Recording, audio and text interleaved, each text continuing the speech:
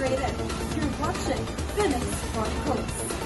Phoenix Chronicles, your trusted source of reliable news and inspiring stories. I am Julie Concepcion. Today's special report focuses on reflecting technology and education. Technology has transformed the way students learn. Teachers teach and parents support education. But while it offers countless opportunities, it also brings new challenges. Ating pakinggan ng ating mga kasamahan. So we're here live today and I'm with... JD Herensky Katani. Okay sir, so here is my question about technology. Kung sa Bisaya pa, unsay tabang sa technology sa imong pag-eskwela? Sa ako ang pag-eskwela karon is ang technology is dako jud kay siya tabang samot na ako kay namod ko kanang side hustle na nagahimo ko research for the students, so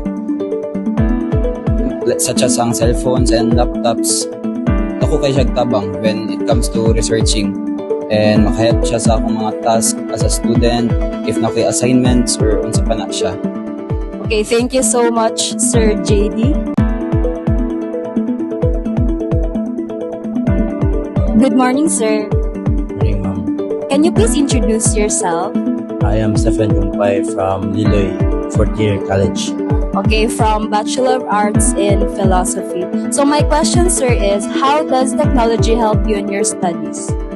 I could say that technology helps me for my studies. Basically, in our context, in the seminary, we are not into kanang gadgets, kay we are more on kanang studying on our own, which we are using kanang computer. By the use of technology, we're able to search what is kanang makatabang sa mua, can help us to deepen our understanding about what is technology. Okay ma'am, so are you a parent ma'am? Yes, ma'am. Of 2 children. Okay, ma'am. Okay. So here is my question, ma'am. Diba, since you had told me nga you are a parent already, so how was it dealing with kids nga nanata sa digitalized nga kuan nga let's say era? Yes, era. So kamusta man, ma'am? Like, is it sayon ra ba or nagay let's say likayan ang dapat pod nga mamahimong parents pon?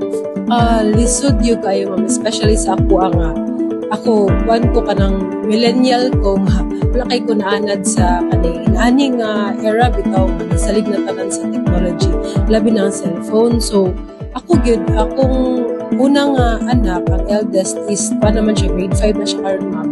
So before pa grade 1 pa siya, ma'am, is na-issuehan na naman siya cellphone gatag siyang lola. So ever since naanad din siya nga na siya cellphone, gapan siya og YouTube and etc. mga games. So ako as a parent, ako yung na-observe na dako kay siyang effect sa kabata. Labi na pagtungtong niya grade 3. Ma-affect na ang iya ang attention span, kanang tawgon mo, dili na kayo mo tubag, dili na mo to, imong suguon, halos cellphone na lang kinabuhi. And actually, yapong studies is naapektuhan na kay dili naman siya magtuon, mag-cellphone na lang. Dili gid siya motuon sa kunsa og storya. So sukad ato, ma'am, is kanang naghimo gyud mi og kanang lakang steps.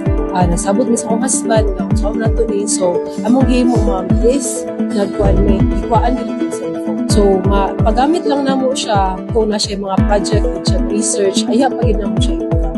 So, among solutions hangtod punta, grade 6, dili pa na mo siya ipa-cellphone. So, thank you so much, Ma'am Eliza. So, how do you balance traditional teaching methods with modern educational technology to enhance student learning? Okay, now as a mathematics teacher, I am more likely to lean on the traditional learning methods because I always deal with numbers and solvings and board works. Now, however, as we are now in the 21st century, we should be able to adapt to the technology advancements or the advancement in technology. Now, aside from using traditional method, there are different innovations now or that are available, especially using the internet.